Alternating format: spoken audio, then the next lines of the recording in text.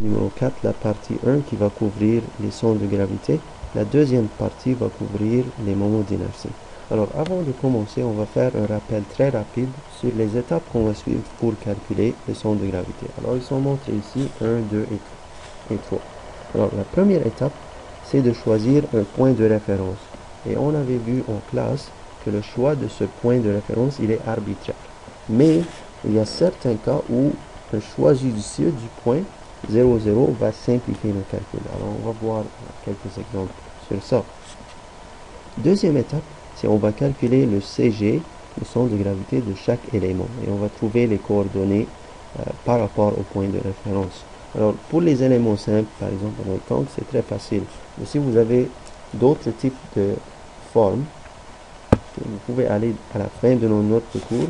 Je vous avais montré quelques tableaux ici que vous pouvez utiliser pour calculer le CG local de chaque élément. Okay? Donc, vous pouvez utiliser ça. Troisième étape, on va faire un tableau et on va faire ce calcul pour X bar et Y bar. Et on va faire ce calcul et les réponses qu'on va trouver, on ne va pas oublier, ils sont par rapport au point 0, 0. Alors, on va voir quelques exemples avec ça. Alors, en termes de types d'exemples que vous allez voir, on peut catégoriser ça en trois types. Okay? Premier type, c'est quelque chose que j'ai appelé des cas spéciaux. Alors, pour ces cas spéciaux, on peut trouver les centres de gravité par inspection. Alors, on n'a pas besoin de faire de calcul. Alors, ça, c'est si on a, par exemple, un point de symétrie ou si on a deux axes de symétrie. Dans ces cas, par inspection, on connaît, par exemple, pour le cas où on a deux axes de symétrie, que le CG est à l'intersection de ces deux axes de symétrie. Ça, c'est le premier axe, cas spécial. Deuxième cas, c'est si on a un axe de symétrie. Alors, dans ce cas, on a besoin de faire des calculs, mais si on choisit le 0, 0 de façon judicieuse, on peut simplifier nos calculs. Alors, par exemple, si on a un axe de symétrie dans cet exemple, on peut mettre notre 0, 0 sur cet axe de symétrie. Dans ce cas, on connaît tout de suite que le x bar est égal à 0. Alors, on n'a pas besoin de faire de calcul, mais le y bar, on devra faire des calculs pour trouver ça. Même chose, ce cas, si notre axe de symétrie est ici, on peut mettre notre 0, 0 ici. Dans ce cas, notre x bar, on ne connaît pas, on doit faire des calculs, mais le y bar, tout de suite, on connaît, est égal à 0. Le troisième cas, c'est si on n'a aucun axe de symétrie. Dans ce cas, on va juste diviser notre section en des éléments simples et on va mettre notre 0, 0 de façon arbitraire. Alors, si le problème indique où mettre ça, on va le mettre où il est indiqué. Sinon, ça ne fait pas de différence où on va le mettre. La seule chose qu'on va faire attention, c'est par exemple, si j'avais mis le 0, 0 ici, si je veux calculer le xi de ce premier élément, dans ce cas, parce que je suis allé à la gauche du point de référence, je vais mettre la valeur négative dans le tableau. Ok, même chose, si je vais en bas du point de référence, je vais mettre la valeur négative. On ne va pas oublier ça.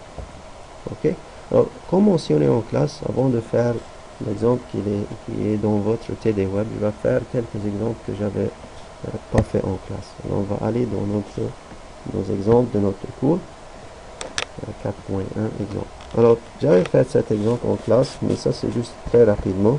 Ça c'est un cas où on a deux axes de symétrie. Alors, je connais que le CG est ici. Même chose, ça c'est une section I. Il y a deux axes de symétrie. Alors, je connais que le CG est exactement au milieu, à l'intersection des deux axes de symétrie. Ça c'est un autre exemple qu'on avait vu en classe.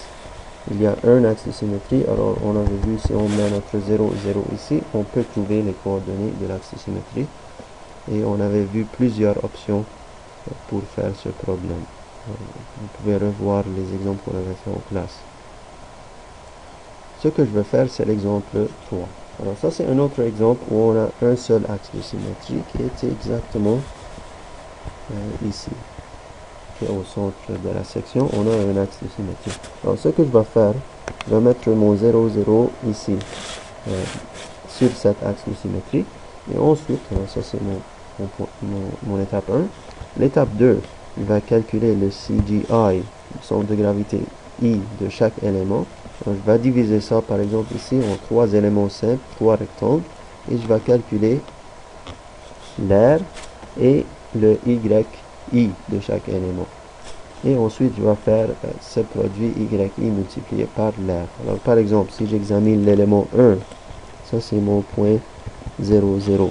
Donc, quand je vais mettre les coordonnées de y, je vais prendre ça par rapport au point 0, 0. Alors, par exemple, élément 1, l'aire est 900. Le yi, c'est juste 10 divisé par 2, alors c'est 5. Pour l'élément 2, ça va être 10 plus, ici, le CG de cet élément, il est à 45. Alors, 10 plus 45, ça me fait 55. L'élément 3, ça va être 10 plus 90, alors ça c'est 100, plus la distance jusqu'au CG, alors ça me fait 9, alors 100 plus 9, ça me fait 109. Okay? Alors ici, je suis allé en haut du CG, je suis pas allé en bas, alors toutes les valeurs ici vont être positives. Ensuite, je vais faire ce produit, et je vais faire la somme de cette colonne, et la somme de cette colonne, et je vais faire ce calcul. Alors notre x bar ici, il est égal à 0, parce que je sais qu'il est sur cette axe de symétrie. Le y bar, on va juste faire ce calcul. Ok? Et ici, on trouve que c'est égal à 47. Alors ces valeurs, ils sont par rapport au point de référence 0, 0. Alors, ils sont par rapport au point de référence 0, 0. Alors, si je mets mon 0, 0 ici, oubliez ça de Z, on va dire ça c'est Y, ça c'est X. Alors, ça c'est la distance Y bar, on va trouver ça c'est 47. Ok? Donc, ça c'est le premier exemple. Ensuite, je vais faire l'exemple 4 dans les notes. Alors ça c'est un exemple où on n'a aucun axe de symétrie. Alors on peut mettre notre 0, 0 arbitrairement, mais ici ils nous disent mettez ça au point inférieur de la section. Donc, je vais mettre ça ici. Et ce que je vais faire, alors ça c'est étape 1. Étape 2, je vais calculer le CG de chaque élément. Ok. Donc, par exemple pour le rectangle, ça c'est l'aire du rectangle, 20 multiplié par, ça c'est 60. 20 multiplié par 60. Le xi par rapport au point de référence, ça c'est 20 divisé par 2, alors ça me fait 10. Et ici, ça c'est 60 divisé par 2, ça me fait 30.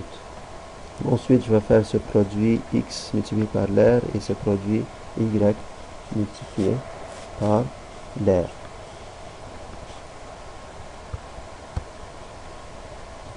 Ok.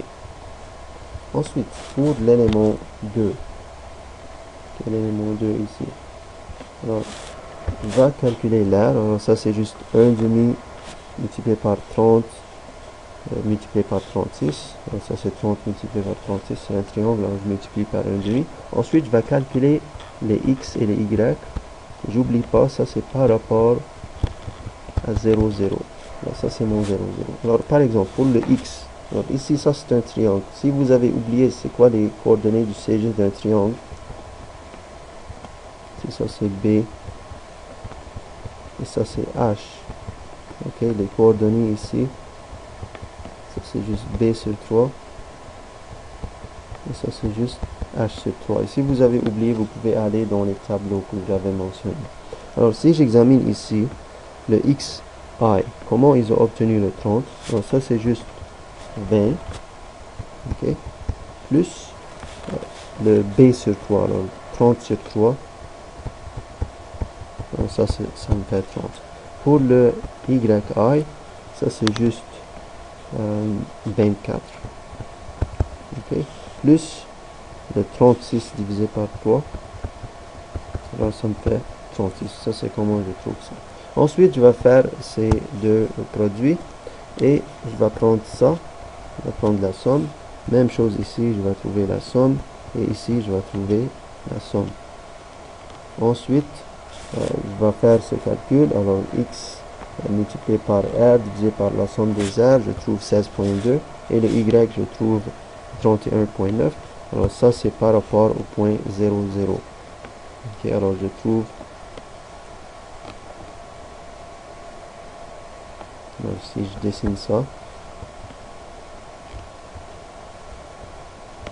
j'ai trouvé que le x est égal à 16.2 positif.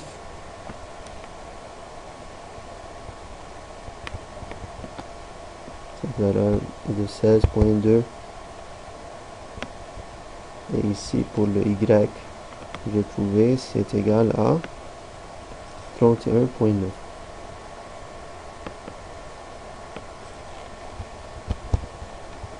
Ok, alors ça c'est la réponse pour cet exemple. Alors on va revenir maintenant au TD Web, à nos notes du TD Web. Alors on va continuer maintenant avec l'exemple qui était dans notre TD Web. Alors cet exemple est très similaire à l'exemple précédent. Alors on a une section avec aucun axe de symétrie. Alors on peut mettre notre 0, 0 arbitrairement. Je vais mettre ici au point inférieur. On va mettre ça ici.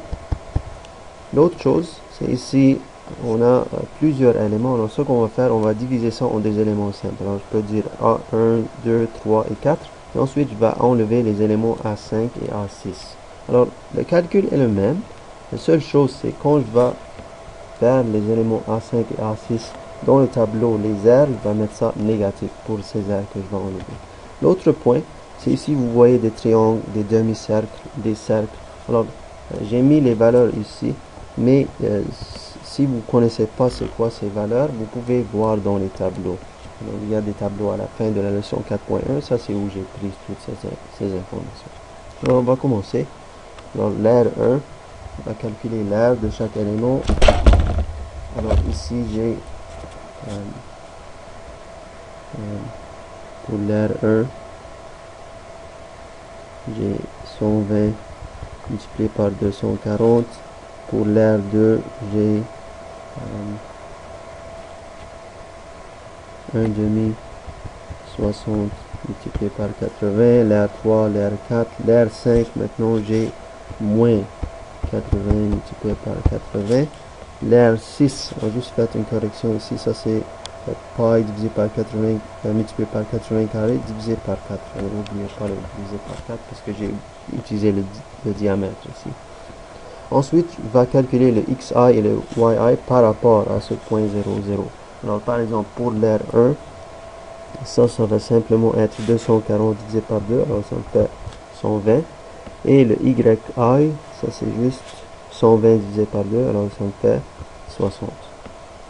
Ensuite, pour l'aire 2, je vais avoir ici 20, je vais prendre 20, plus, alors ça c'est un triangle, alors je vais aller à 2b sur 3, alors je vais ajouter 2 tiers multiplié par 80. Okay. Et je vais trouver cette valeur. Pour le y, ça va être juste 120. Ok. Donc, 120 plus 60 divisé par 3. Donc, ça c'est la valeur ici. Pour l'aire 3, c'est donné pour vous. R4, même chose. Alors ici, on a un demi-cercle pour l'aire 4. Alors, cette distance du centre de gravité, c'est simplement au centre de cet élément. Alors ici, j'ai 20 plus 80 plus 40 divisé par 2. Alors ça me fait 120. Mais pour le yi, il va juste faire 120 plus 60, ça me fait 180, plus ça, 4R sur 3 pi, alors je peux calculer ça, et je vais trouver cette valeur. Pour l'aire 5, alors pour l'aire 5, j'ai 40 plus 80 divisé par 2, alors ça me fait 80, et pour le y, ça c'est juste 20 plus 80 divisé par 2, alors ça me fait 60. Ok, alors vous allez faire ça. Ok, juste la somme de mes produits ici. Vous pouvez faire ça tout seul. Je vous ai donné les réponses ici. Et ce que vous allez faire, c'est que vous allez prendre la somme des aires et la somme de cette colonne et la somme de cette colonne. Et vous allez calculer le xi et le x bar et le y bar. Et ça, c'est par rapport à 0, 0. Ok, et vous allez trouver ça par rapport à 0, 0. Donc ça c'est la fin de cette partie du TD Web. La deuxième partie va couvrir les moments d'inertie.